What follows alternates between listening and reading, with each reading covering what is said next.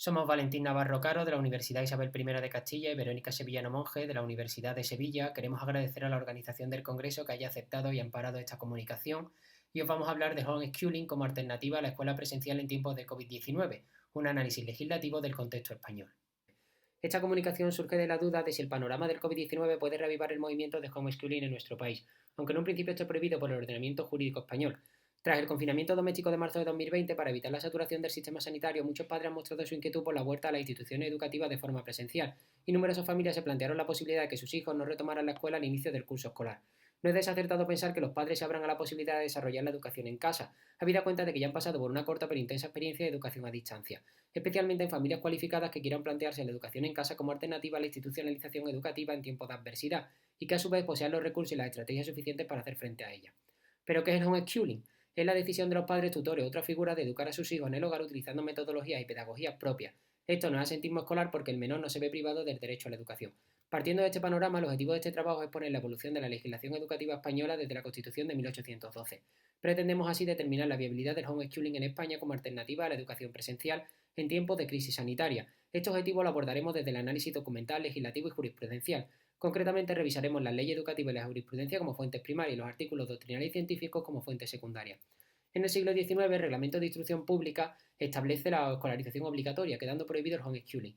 La ley Moyano establece la obligatoriedad de la primera y segunda enseñanza, pero no hace lo propio con la escolarización, de modo que toda la primera enseñanza y parte de la segunda puedan desarrollarse en casa. Aunque para la segunda enseñanza se debe pasar un examen general que acredite el dominio de los conocimientos, se han de abonar la mitad de los derechos de matrícula al instituto y se ha de contar en casa con un profesor titulado y autorizado, y además se han de superar los exámenes estatales. El siglo XX es uno de los más convulsos y caóticos de la historia de España, y su inestabilidad política y social se refleja en el ámbito educativo. La primera norma a destacar es la Constitución Republicana de 1931, que establece que la educación debe ser gratuita y obligatoria, por lo que parece proscribir la práctica de la educación en casa. La ley educativa más importante del periodo franquista es la Ley 470 de 4 de agosto, que establece una enseñanza general básica, obligatoria y gratuita de los 6 a los 13 años. La escolarización durante este periodo es obligatoria, estableciéndose el deber de los padres de escolarizar a los hijos. Además, establece un sistema de pruebas de suficiencia y madurez para pasar de curso y para obtener el graduado escolar. En lo que a nuestro tema respecta, el artículo 13, que regula la etapa preescolar, establece que en este periodo la escolarización es voluntaria, por lo que cabe la posibilidad legal de educar en casa a los hijos. Tras la dictadura se promulga la Constitución Española de 1978. En su artículo 27 se reconoce el derecho a la educación como uno de los fundamentales. Se articula como un derecho-deber. Los hijos tienen derecho a ser educados y los padres tienen la obligación de escolarizar a los hijos. Por su dicción literal parece que excluye la educación doméstica, al menos en las etapas declaradas obligatorias. En lo que a nuestro tema respecta, esta va a ser la tónica habitual en el resto de leyes de este siglo. Solo mencionar la LO 8 de 2013 de 9 de diciembre de mejora de la calidad educativa, parcialmente vigente en la actualidad, que establece una serie de evaluaciones finales en los estudios obligatorios para comprobar el grado de adquisición de competencias que nunca llegó a llevarse a cabo. La última ley aprobada en España, la LOMLOE, nada aporta a las reflexiones antedichas, pues las polémicas que ha suscitado se refieren a otros aspectos que nada tienen que ver con la escolarización obligatoria. La normativa citada ha sido analizada por el Tribunal Constitucional en su sentencia 133 de 2010, en el sentido de que la escolarización es obligatoria y por tanto queda prohibido educar en casa. Ahora bien, en el fundamento jurídico noveno de esta sentencia se abre la puerta al homeschooling. Entiende el Tribunal Constitucional que el legislador podría incluir la práctica de la educación en casa como una alternativa a la escolarización obligatoria. Esta práctica estaría amparada por el artículo 27 y un posterior desarrollo legislativo podría estructurarla y crear cauces de desarrollo. Concluimos, por tanto, en la necesidad de que el legislador se plantee regular la educación en casa como alternativa a la escuela presencial. Esta regulación a partir de primaria depende de los responsables políticos para reorganizar el sistema educativo.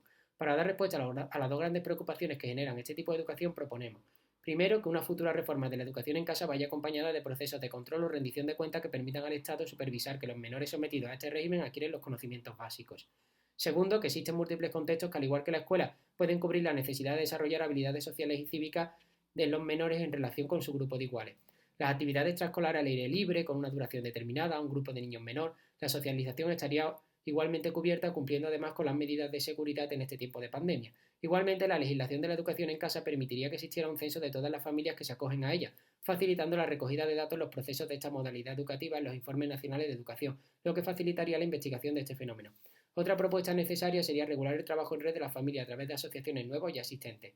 Por último, consideramos que una futura regulación de la educación en casa debe establecer criterios para los tutores, apostando por el profesorado ya formado para dar salida a los numerosos profesores en desempleo, ganando experiencia profesional y de otro tipo. Concluimos, por tanto, en la necesidad de que el legislador se plantee regular la educación en casa como alternativa a la escuela presencial.